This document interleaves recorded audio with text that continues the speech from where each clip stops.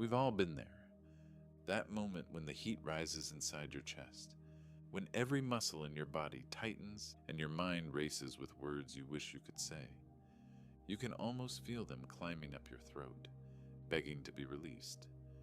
Words that would sting, cut, and strike with precision. And for a brief second, you think it'll feel good to let them out. But the truth, it never does. Because once the fire fades, once the adrenaline drains away, you're left with the ashes of something you can't rebuild. Trust that's broken, respect that's lost, and regret that echoes louder than your anger ever did. You can't unsay what's been said. You can't unhear what's been heard. And in that realization lies one of the hardest lessons we ever learn, that silence spoken in anger is far better than words spoken without thought. Anger is not evil. It's a message, a natural human signal that says something isn't right. But when you give that emotion your tongue before your mind, it turns from signal to sabotage. The ancient philosophers called anger temporary madness. In that state, logic vanishes, and the emotional brain, the amygdala, takes control. It floods your system with adrenaline, preparing you to fight, not to think. You're not interested in truth anymore. You're interested in victory. And that's when you start saying things that don't serve you. Things meant to hurt, not to heal. We say we're just being honest, but in those moments, it's not honesty. It's hostility dressed as truth. And the moment it leaves your lips, it begins to erode the very thing you're fighting for. Connection. So how do you stop it? How do you stop yourself from saying things that you know will hurt someone, that you know will hurt you? The answer lies in space. The space between feeling and reaction. Most people live their whole lives without learning to live in that space. They feel something, they react, and then they regret. But the people who master their emotions, who can stay still while their blood boils, are the ones who learn that silence is not weakness. It's power. That power begins with awareness. You have to notice the storm before it hits. You have to recognize the early signs, the quickened breath, the tightening jaw, the restless hands. That's your mind's alarm system saying, stop, slow down, you're about to lose control. In that moment, you have a choice. You can give in to the wave and let it carry you into chaos, or you can breathe, pause, and stand still until it passes. Anger feels like a flame that must be released, but in truth, it burns itself out.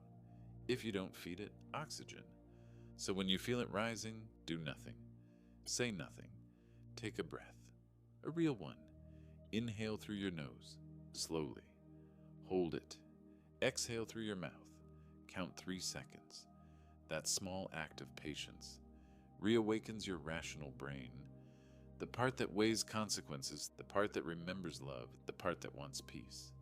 Those 3 seconds are everything. They can be the difference between a fight and an understanding, between a wound and a lesson, between regret and respect. Imagine how many arguments, how many relationships, how many friendships would still exist if someone had waited just 3 seconds longer before speaking. But most people don't wait. They react. And when the anger fades, they're left with the sound of their own words echoing in the silence. You can't take words back. You can only watch how they change the way people look at you. You can only feel the distance that forms where closeness used to be. The truth is, the sharper your tongue, the thinner your peace. That's why you must learn to see anger for what it is. Not an order, but a test. A test of your character, of your maturity, of your control. The person who can stay calm in chaos is the person who truly understands power. Because power isn't in shouting louder, or being right, or getting the last word. Power is when you don't need to respond at all. Silence confuses those who expect a fight. It forces reflection in those who provoke you. And most importantly, it protects your dignity. Sometimes walking away is not avoidance. It's emotional intelligence. You're not losing the argument. You're winning your peace. When you feel yourself about to explode, try this. Change your environment. Leave the room. Step outside. Drink water. Take a walk. These simple acts sound small, but they break the emotional loop in your brain. Your body calms, your breathing slows, and the storm passes faster than you think. If you need to express what you feel, write it down. Write the exact words you want to say. Pour the fire onto paper instead of a person. Then read it back to yourself. Often you'll realize that half of what you wrote isn't truth, it's emotion. It's pain pretending to be logic. And when you see that, you'll understand something powerful. Anger isn't meant to be silenced forever. It's meant to be understood before it's spoken. You can still speak your truth. You can still express what hurt you, but do it after the fire cools. Do it with intention, not impulse, because the words you say in peace will always speak louder than the ones you shout in rage. Sometimes people will push you to react. They'll provoke you because they want control. They'll say things they know will get under your skin, and if you explode, they win.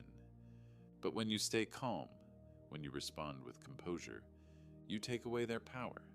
You become unpredictable in the best way. You become untouchable. They can yell, insult, accuse, but you stay grounded. You look at them and you don't let your emotions write the script. You respond when you choose to, not when they expect you to. That's not coldness, that's mastery. And it's not easy. It takes practice, a lot of it, because anger is tricky. It disguises itself as strength, as righteousness, as justice. It tells you, you have to say something right now. But that's the lie. You don't. You don't owe anyone a reaction. You don't owe anyone your peace. What you owe yourself is control, the kind that lets you sleep at night, knowing you didn't let anger turn you into someone you're not. Now let's be real. You won't always get it right. You'll still lose your temper sometimes. You'll still say things you regret. And that's okay. You're human. But when that happens, don't run from it. Own it. Say, I was wrong. Not I was angry. Not you made me say it. Just, I was wrong. Those 3 words are harder than yelling, but they heal more than silence ever could. Because an apology born from accountability is more powerful than any excuse. Every mistaken anger is an opportunity to grow, to recognize your triggers, to notice what kind of pain lives beneath your reactions. Because most anger isn't about the moment you're in. It's about the memories it awakens. Old wounds disguised as new arguments. If you start to see your anger that way, as information, not identity, you'll stop being ruled by it. You'll start using it to understand yourself. You'll notice patterns. You'll learn which words set you off, which insecurities drive your reactions. And little by little, you'll turn that fire into focus. The goal isn't to be emotionless. It's to be emotionally intelligent, to feel deeply but express wisely. You can be passionate and patient. You can be firm and kind. You can be angry and still not be cruel. That balance is what separates emotional maturity from emotional chaos. One day you'll find yourself in a situation that would have once triggered you. You'll feel the familiar tension, the rush of adrenaline, the desire to lash out. But this time, you'll pause. You'll breathe. You'll remember everything you've learned, and you'll walk away with peace instead of regret. That's what growth looks like. It's not loud. It's not dramatic. It's quiet control in the middle of chaos. The next time anger rises in your chest, remember, you can't control what someone else says. You can't control how they act, but you can control how you answer. And that choice defines you more than any reaction ever could. When you choose calm over chaos, silence over shouting, grace over aggression, you become unshakable. You become the storm's calm center. And in that silence, you find a kind of peace that anger can never touch. Because in the end, it's not about never feeling anger. It's about never letting it speak for you. So the next time you're tempted to say something you'll regret, pause. Breathe, wait, and remind yourself you don't need to win the moment. You need to protect your peace. Let your silence speak wisdom. Let your calm reveal your strength, and let your self-control become your power. Because peace isn't found in the absence of anger. It's found in the mastery of it.